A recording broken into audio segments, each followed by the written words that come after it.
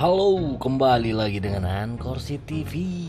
Kali ini kita akan ngebahas film One Day dari Thailand ya.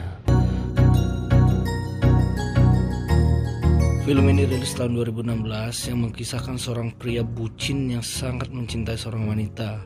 Dia berharap bisa bersama wanita itu walau hanya satu hari saja. Banyak kisah yang mengharukan yang membuat kita terhanyut dalam lautan luka dalam. Oke, lanjut ke filmnya ya. That's good.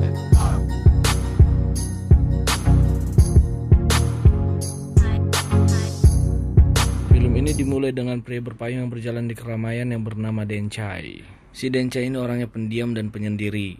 Dia tidak punya teman dan kemana-mana dia selalu sendiri. Lalu sampailah si Dencai ini di kantornya, di mana dia bekerja di suatu perusahaan dan dia di divisi IT. Di kantornya ini dia itu selalu sendiri dan dia itu nggak punya teman. Teman-temannya itu mau cakapi dia itu kalau hanya mau minta bantuan untuk memperbaiki komputer mereka.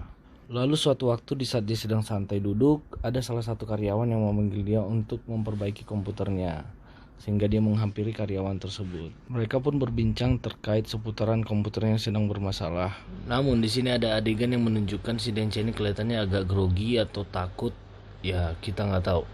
Nah di sini kelihatan nih si cewek ini emang cantik sih. Mungkin karena dia cantik ya si Dencai ini grogi ya.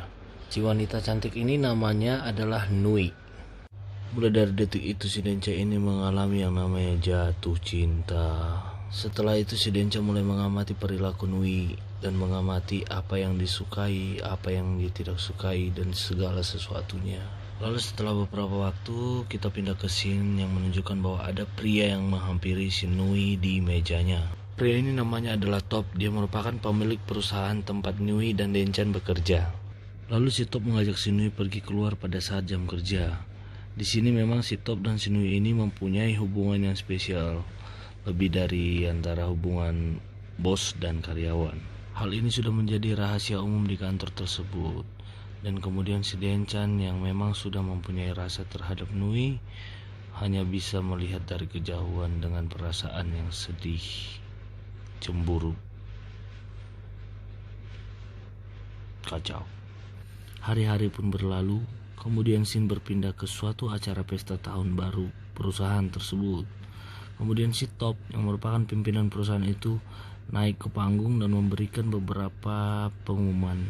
Salah satunya adalah mereka akan pergi ke Hokkaido, Jepang untuk berlibur sebagai acara tahun barunya. Singkat cerita mereka pun sampai di Hokkaido, Jepang.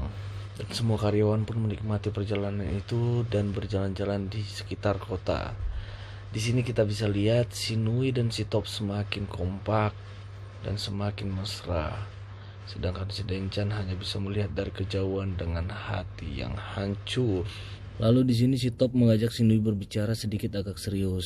Si Top berkata, "Hai Nui, maukah kau menikah denganku? Namun seperti yang kau tahu, aku kan sudah punya istri. Nah, aku janji setelah pulang dari sini aku akan menceraikan istriku dan akan menikahimu." Lalu setelah itu si Nui pun menjawab, ya boleh deh, aku tunggu ya. Lalu berlanjut ke scene berikutnya di mana si Dencai dan temannya sedang berjalan-jalan ke lapangan ski. Dan di sini teman si Dencai melihat di tengah lapangan itu ada lonceng. Lalu dia bilang ke si Dencai, "Woi bro, lu tahu nggak? Itu kan ada lonceng tuh. Nah, kalau lu bunyiin lonceng itu, dia bakalan ngabulin permintaan lu, apapun itu, asal lu minta dengan tulus dan ikhlas ya." Lalu si Dencai mulai berpikir, dia percaya nggak percaya sih, tapi akhirnya dia jalan ke arah lonceng itu dan mulai membunyikan lonceng itu. Dan dia juga berdoa dalam hati dengan meminta agar dia bisa bersama dengan si Nui walau hanya satu hari saja. Lalu lanjut ke scene berikutnya, si Dencai ini balik kamar hotel. Nah di saat di kamar hotel, dia di dalam lift dan liftnya terbuka, dia melihat ada si Nui.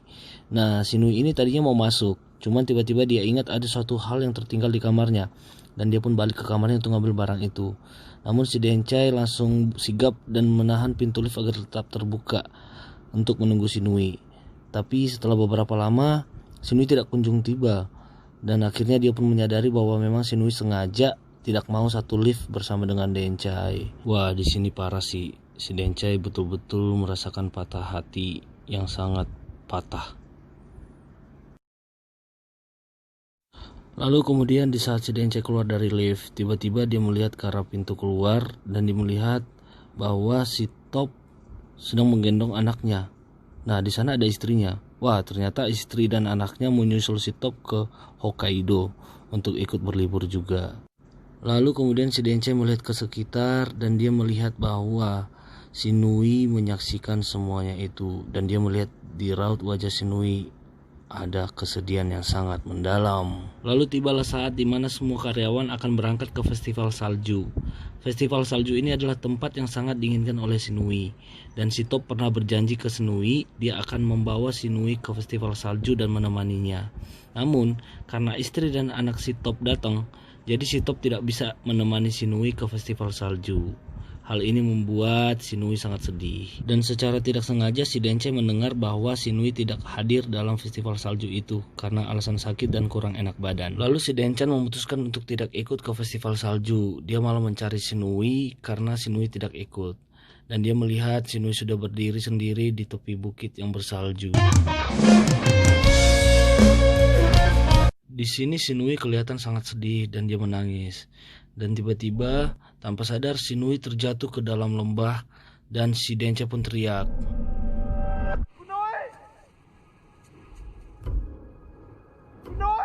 Si Dencai pun seketika itu langsung panik karena dia tidak bisa melihat Shinui di mana Shinui berada.